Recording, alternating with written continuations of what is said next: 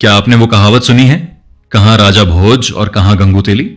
कभी सोचा है इस कहावत के पीछे की कहानी क्या है? क्यों एक राजा का नाम महानता का पर्याय बन गया?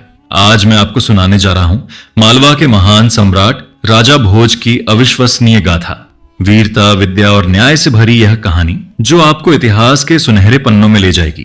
लेकिन शुरू करने से पहले अगर आप भी ऐसी प्रेरणादायक कहानियां सुनना चाहते हैं तो चैनल को सब्सक्राइब करें और वीडियो को लाइक जरूर करें। राजा भोज का जन्म 11वीं सदी में परमार वंश में हुआ। बचपन से ही उनकी बुद्धि और साहस की चर्चा थी। कहा जाता है कि कम उम्र में ही उन्होंने शेर का शिकार करके अपनी वीरता साबित की, लेकिन किस्मत ने उन्हें जल्दी ही गद्दी पर बैठा दिया, क्योंकि पिता की मृत्यु के बाद बहुत छोटी उम्र में ही उन्होंने राज संभाला। चारों ओर दुश्मन थे, लेकिन भोज के हौसले और नेतृत्व ने धीरे धीरे उन्हें सबका प्रिय बना दिया।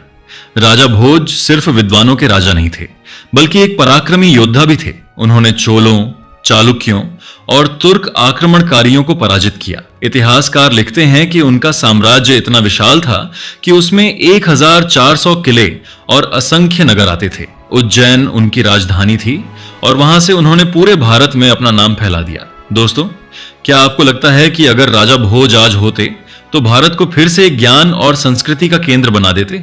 अपनी राय हमें कमेंट में जरूर बताइए।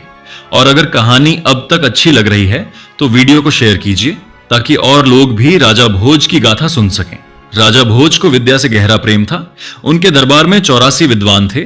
ज्योतिष, साहित्य, गणित और चिकित्सा के महारथी। उन्होंने खुद भी कई ग्रंथ लिखे, जैसे सम्रांगण सूत्रधार, वास्तुकला, राजमार्तंड, ज्योतिष और युक्ति कल्पतरु, विज्ञान और तकनीक। कहा जाता है कि भोज जहां भी जाते वहां विद्या और कला के दीप जल उठते। भोज की भव्यता आज भी मध्य प्रदेश के भोजपुर मंदिर में देखी जा सकती है।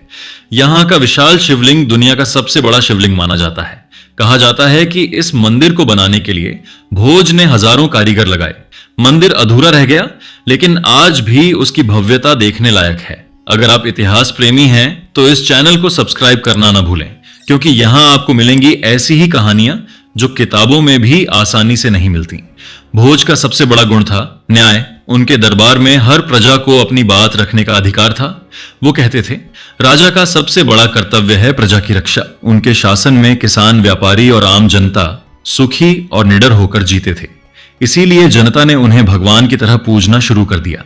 राजा भोज का शासन लगभग 50 वर्षों तक चला। उनकी मृत्यु के बाद भले ही परमार वंश कमजोर हो गया, लेकिन राजा भोज नाम आज भी महानता की मिसाल है। यही कारण है कि आज भी लोग कहते हैं, कहां राजा भोज और कहां गंगू तेली। तो दोस्तों, ये थी कहानी राजा भोज की, जिन्होंने तलवार से साम्राज्य जीता और विद्या से दिल। अगर आपको ये ऐतिहासिक गाथा पसंद आई हो तो वीडियो को लाइक करें, अपने दोस्तों के साथ शेयर करें और चैनल को सब्सक्राइब करें, क्योंकि अगली बार हम आपके लिए लेकर आएंगे भारत के इतिहास की एक और अद्भुत कहानी। मिलते हैं अगली कहानी में।